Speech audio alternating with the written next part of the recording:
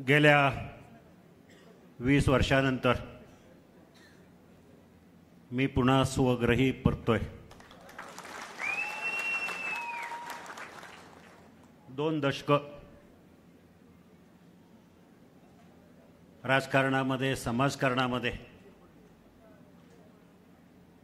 आपल्या सगळ्यांच्या सहकार्यानं यशस्वी कारकीर्द पार पाडत असताना आज 18व्या लोकसभेच्या निवडणुकीच्या पार्श्वभूमीवर राष्ट्रवादी काँग्रेस पक्षामध्ये प्रवेश होत असताना राष्ट्रवादी काँग्रेस पक्षाचे राष्ट्रीय अध्यक्ष आणि महाराष्ट्रामध्ये खऱ्या अर्थानं ज्यांची धाडसीपणानं निर्णय घेण्याची क्षमता,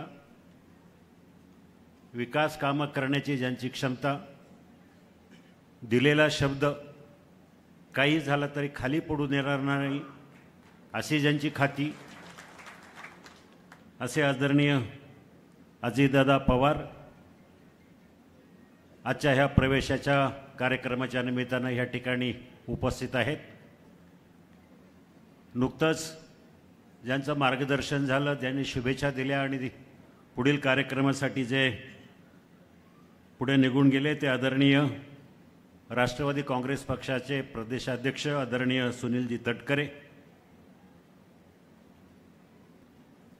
ह्या विधानसभा मतदारसंघामध्ये खऱ्या अर्थानं 20 वर्षामध्ये ज्यांनी आंबेगाव तालुक्याचा विकास काय असतो हे सगळ्या महाराष्ट्राला दाखवून दिलं आणि ज्यांचा मी विरोधी पक्षात असताना, त्यांच्या विरोधात असताना वेळोवेळी जाहीरपणे कबुली दिली की तालुक्यामध्ये जे काय महत्त्वाचे प्रकल्प झाले ते आदरणीय दिलीपरावजी वळसे पाटील यांच्यामुळे,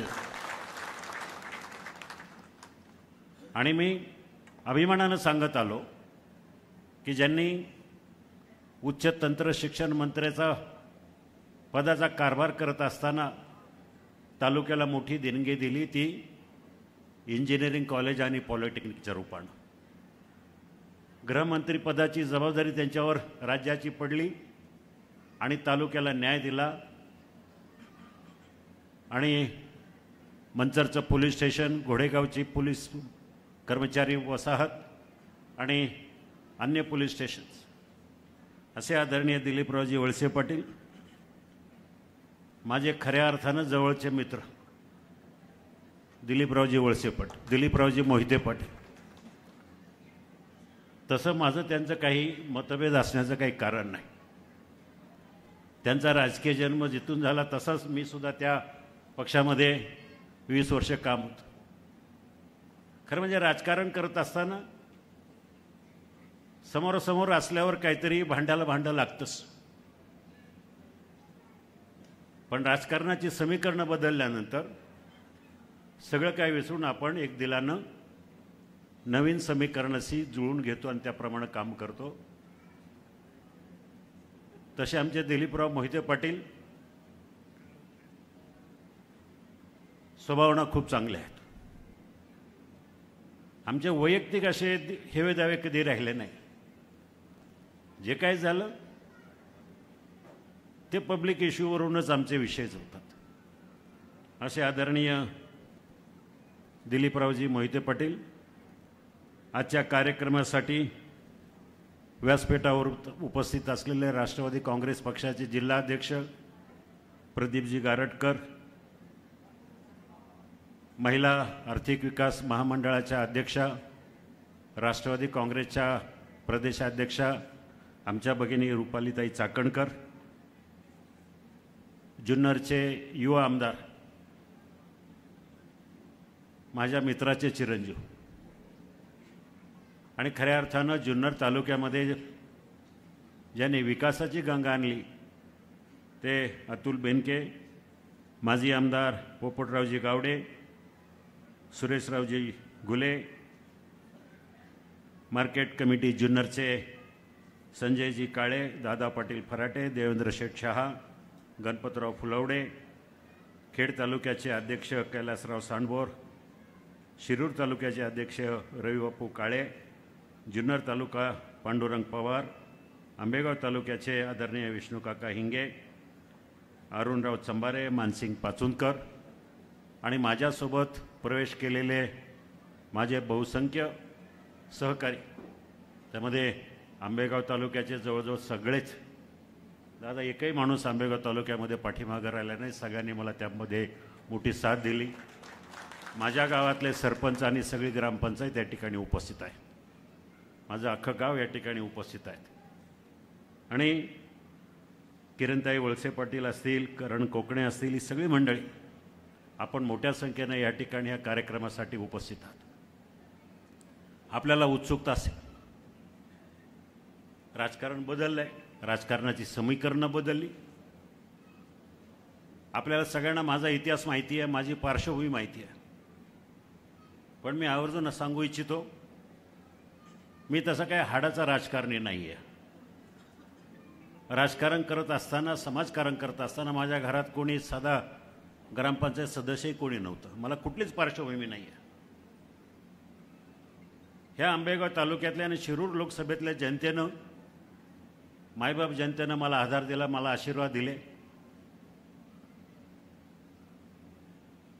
आदरणीय दिलीपरावजी वळसे पाटील आणि आम्ही दोघांनी मिळून ह्या तालुक्यामध्ये काही प्रकल्प चालू केले. त्यामध्ये भीमाशंकर सहकारी साखर कारखाना असेल. तिथून खऱ्या अर्थानं माझी राजकीय कार्यकारिणीला, राजकीय कार्याला सुरुवात झाली. तुम्हाला सगळ्यांना माहिती आहे, कारखान्याचं काम करत असताना आम्ही दोघांनी, कारखाना म्हणजे आपलं कुठंतरी सर्वस्व आहे, ह्या तालुक्याच्या शेतकऱ्यांच्या हितासाठी काहीतरी चांगला प्रकल्प व्हावा म्हणून आम्ही मेहनत घेतली. 5 वर्ष मी सुरुवातीचे 5 वर्ष कारखान्याचं चेअरमन राहील. नंतर मतभेद झाले. राजकारणात मतभेद, महत्त्वाकांक्षा या सगळ्या गोष्टी येतातच. दुर्दैवानं मला दूर व्हावं लागलं. पण दूर होत असताना सुद्धा म्हणजे कधी वैयक्तिक द्वेष कधी मी दिलीपराव असतील किंवा तालुक्यातल्या कुठल्या कार्यकर्त्याच्याबद्दल मनात आणला नाही. कारखान्याच्या बाबतीत तर मला अभिमानानं सांगावं असं वाटतं, अजूनही मी माझा हा स्वतःचाच कारखाना समजतो. कारखान्याच्या विरोधामध्ये कधीही कुठल्या प्रकारची कारवाई केली किंवा काही असं काही कृत्य केलं असं मला आठवत नाही. जेव्हा जेव्हा गरज पडेल तेव्हा कारखान्याला मी मानसिक माझ्या बाजूने सहकार्य करण्याची भूमिका केलेली आहे. शेवटी राजकारणामध्ये महत्त्वाकांक्षा वाढतात. समाजामध्ये वावरत असताना लोकांचा संपर्क वाढतो. लोकांनी आग्रह केला, सांगितलं की तुम्ही लोकसभेला उभं राहावं, विधानसभेला दिलीपराव आहेत. शिवसेना पक्षानं अचानक मला निमंत्रण दिलं आदरणीय बाळासाहेब ठाकरे यांनी. त्यांनी मला बोलवून घेतलं मातोश्रीवर. मला निवडणुकीला उभं राहायलाच पाहिजे असंही काही नव्हतं. बाळासाहेबांनी सांगितलं. मग त्यावेळेला स्वर्गीय अविनाश राणे असतील, बाकी सगळी मंडळी असतील, त्यांनी मला मुंबईला नेलं.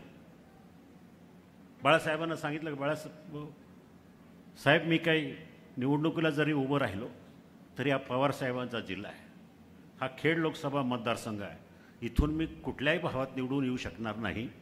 तुम्ही म्हणताय तर मी उभं राहील, पण 5-50 हजार मतांना नक्कीच माझा पराभव होईल. माझी तुमची तयारी असेल तर मी उभा राहतो. ते म्हणाले, आढळराव मला सगळं माहिती आहे, तुम्ही उभे राहा, बाकीचं मी पाहतो.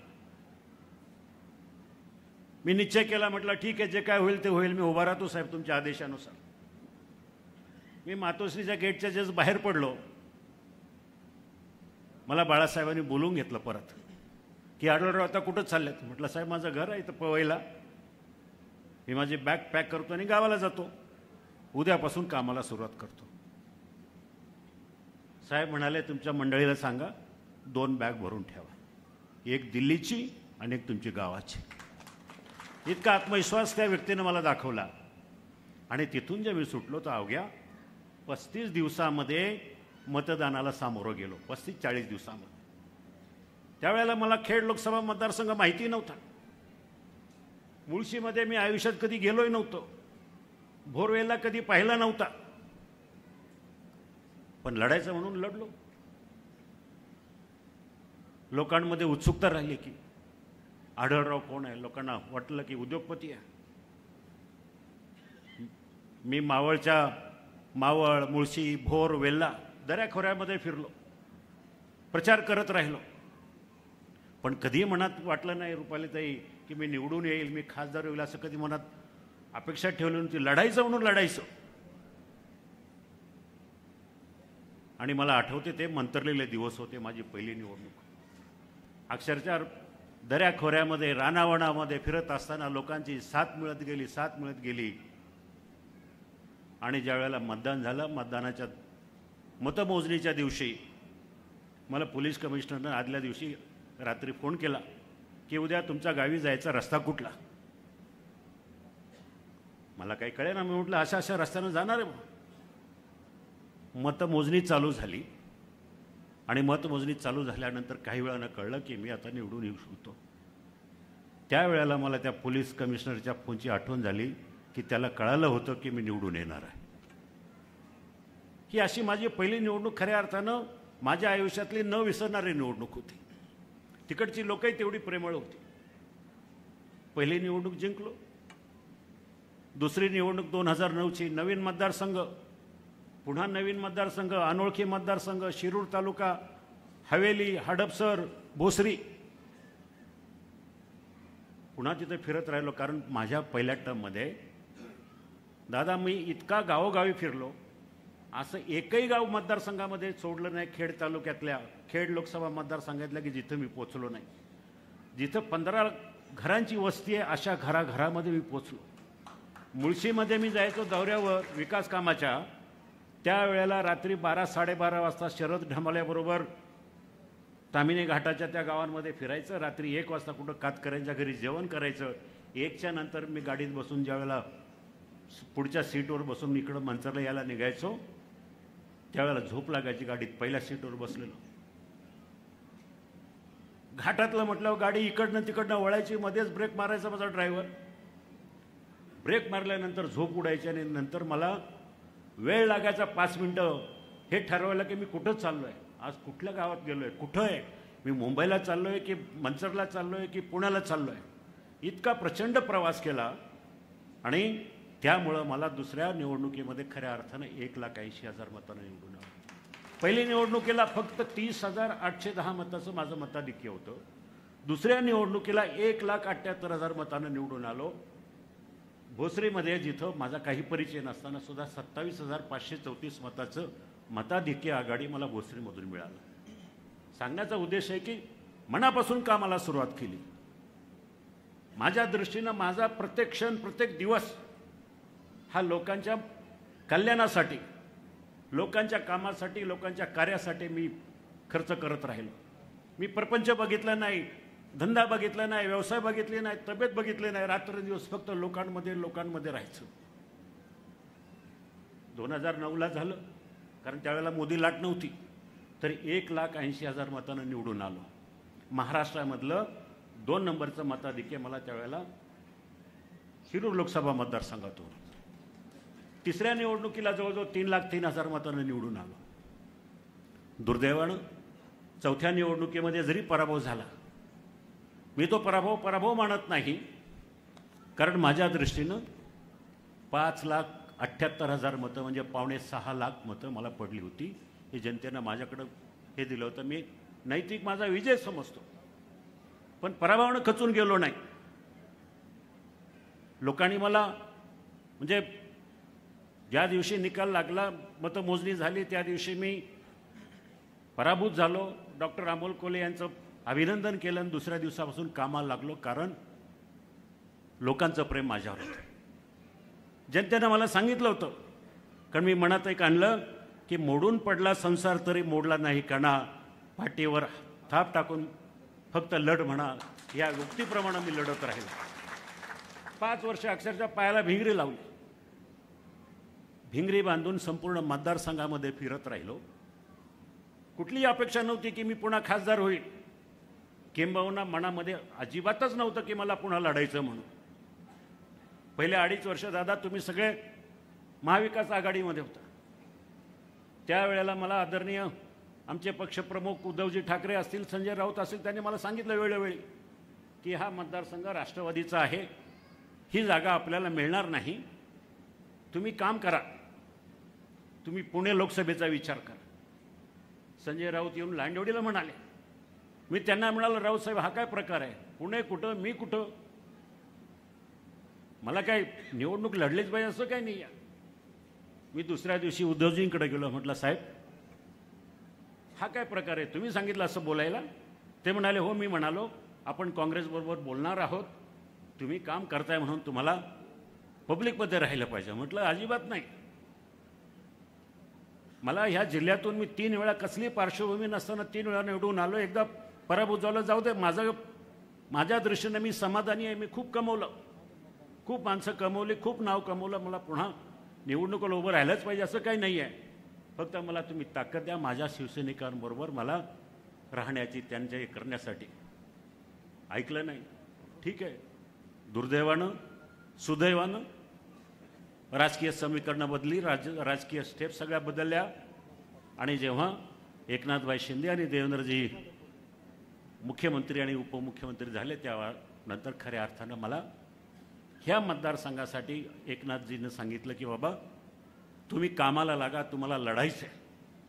त्यांनी मला शब्द दिला, तुम्हाला पाहिजे ती ताकद देतो, तुम्ही लोकांमध्ये जा, लोकांमध्ये पोहोचा. 15 वर्षामध्ये मला जेवढा निधी पूर्वी मिळाला नाही, मी खासदार असताना, तेवढा निधी मला 15 ते 16 महिन्यामध्ये एकनाथभाई शिंदे यांच्या माध्यमातून मला विकास कामं करण्यासाठी मिळाली. कामाची संख्या भरपूर आहे. जवळजवळ 1,500 कोटी रुपयाचे विकास कामं मी 1.5 वर्षामध्ये करू शकलो, लोकांमध्ये पोहोचू शकलो, गावोगावी जाऊ शकलो. ही माझ्या दृष्टीनं मोठी अचिव्हमेंट होती. नंतर राष्ट्रवादी काँग्रेस पक्षाचा महायुतीमध्ये प्रवेश झाला. परत समीकरणं बदलली. आणि हे सगळं सांगत असताना आता मी तर म्हटलं ठीक आहे, मी तयारी केली आहे. पण मुख्यमंत्री साहेब म्हणाले ठीक आहे, आपण बघू काय करायचं. काही दिवसांनी त्यांनी मला सांगितलं की ही जागा बहुतेक आपल्याला मिळत नाही. एकनाथभाई शिंदे असतील, अजितदादा असतील, या तिघांनी ठरवलं की महायुतीचा सहमतीचा उमेदवार म्हणून माझ्या नावाला त्यांनी पसंती दिली आणि काम करायला सुरुवात केली.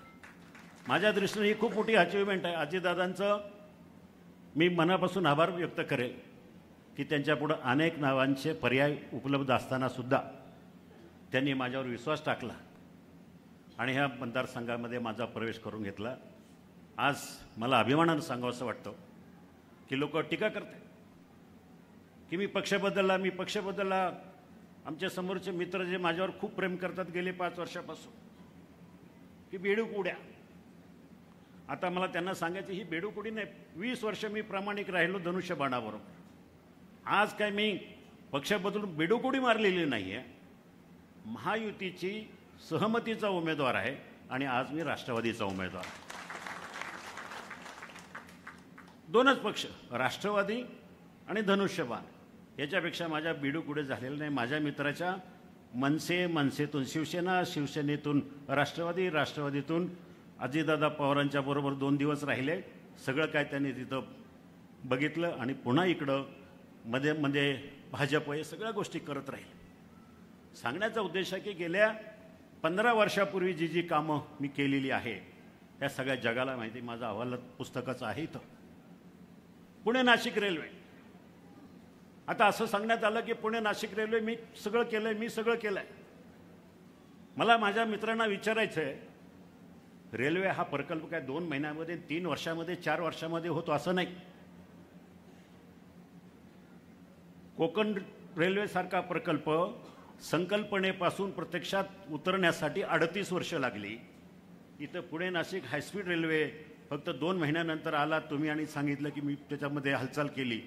जे काय झालं गेल्या 5 वर्षामध्ये, माझा पराभव झाल्यानंतर पुणे नाशिक रेल्वेच्या संदर्भामध्ये जे काय झालंय ते फक्त अजितदादांनी पुढाकार घेतला आणि हा रेल्वे प्रकल्प कसा पुढे जाईल ह्या प्रकारचं त्यांनी धोरण आखलं.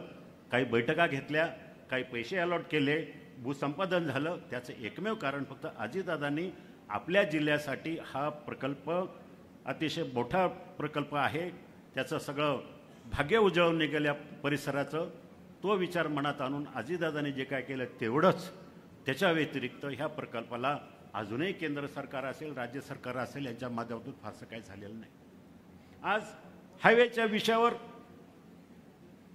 निवडणुका लढली गेली 2019ची. ट्रॅफिकच्या वर खूप मोठ्या प्रमाणात चर्चा करण्यात आल्या. माझ्या पराभवाचं ते सुद्धा कारण आहे की चाकणची ट्रॅफिक, खेडची ट्रॅफिक. पण हे सगळं करत असताना मी आपल्याला सांगतो, ते जे काय बायपासेस आहे, हा जो काय खेड सिन्नर रस्ता आहे, हा केवळ मी केंद्रीय मंत्री ज्या वेळेला CP जोशी होते त्यांच्याबरोबर भांडलो. अक्षरशः त्यांच्या केबिनमधून मी उठलो नाही. त्यांना म्हटलं तुम्ही, मी काही झालं तरी हा प्रकल्प मला माझ्या मतदारसंघामध्ये राबवला पाहिजे. हे 2009-2010ची गोष्ट आहे. 3 वर्षानंतर त्याला मला मंजुरी मिळाली. 2013ला काम चालू झालं. गडकरीच्या काळामध्ये ते पूर्ण होत असताना भूसंपादनामध्ये उशीर झाला. पण बायपासेस या सगळ्या गोष्टी माझ्या काळामध्ये मंजूर झाल्या. नारळ फोडायला हे ग्रस्त आले आणि आता सगळीकडे सांगत सुटले की त्यांनी जे केलेलं आहे.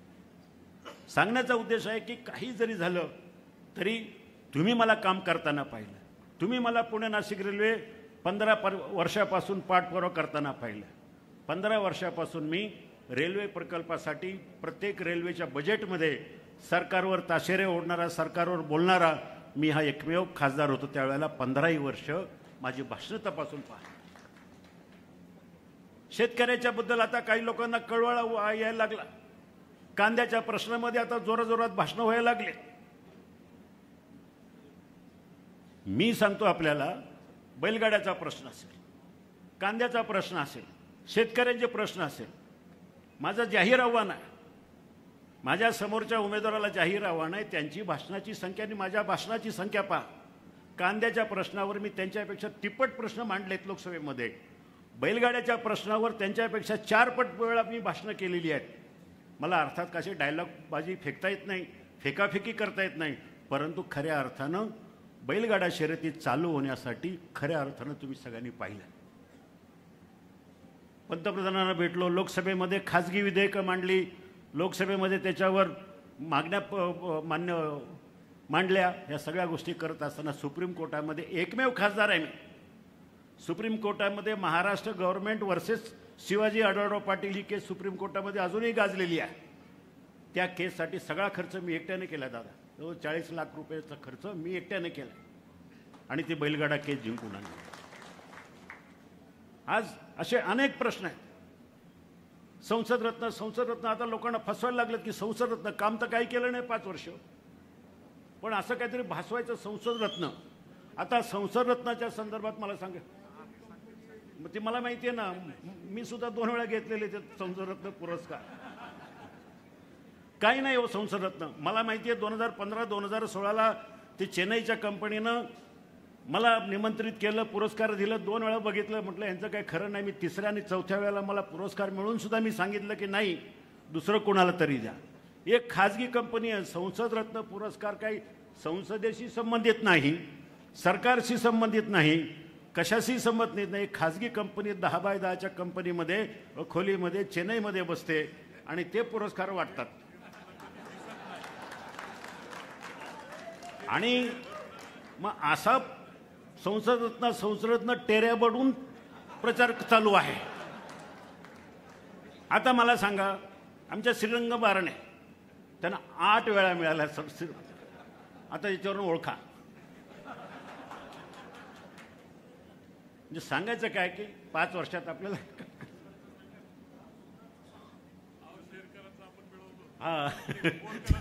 आमदार साहेब सांगतील ते कसं आहे. हे पुरस्काराच्या संदर्भात सोडा, परंतु संसद रत्न पुरस्कार ज्या बेसवर दिला जातो, लोकसभेतली तुमची कामगिरी काय, मला सांगायला दादा अभिमान वाटतो.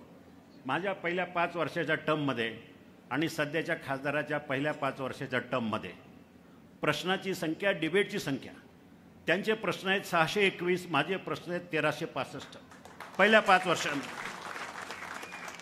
मी कधी बोललो नाही असं, कारण मला ते तेवढं जमत नाही बच्चनगिरी करायला. पण लोकांना माहिती आहे, लोकसभेचं रेकॉर्ड उपलब्ध आहे. ह्या सगळ्या गोष्टीच्या पार्श्वभूमीवर आता ही निवडणूक सगळ्यात दृष्टीने महत्त्वाची आहे.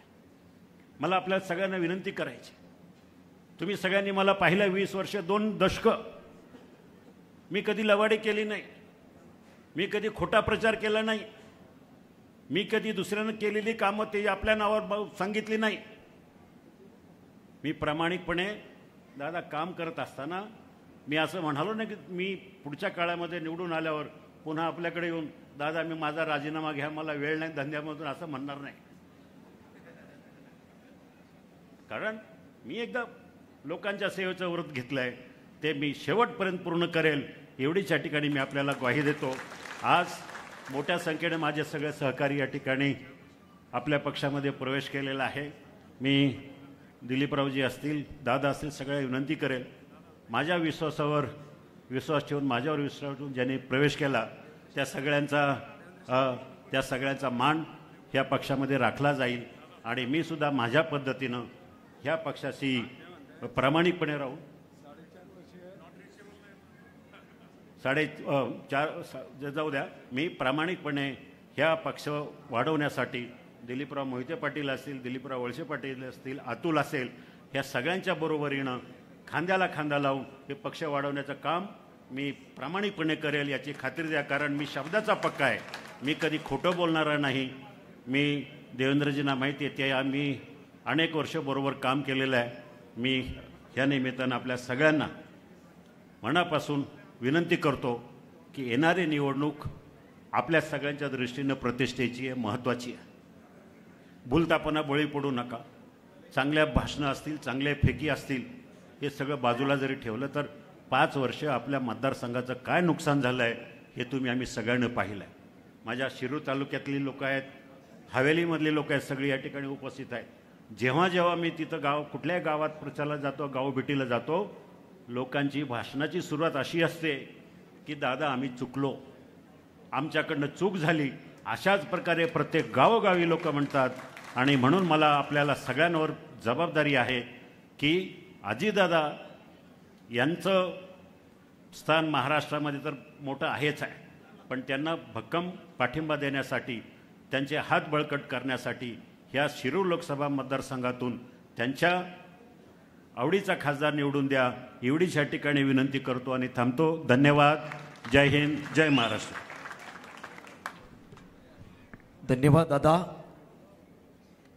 सहकाराचा घेऊन वसा उमटवलात, कर्तृत्वाचा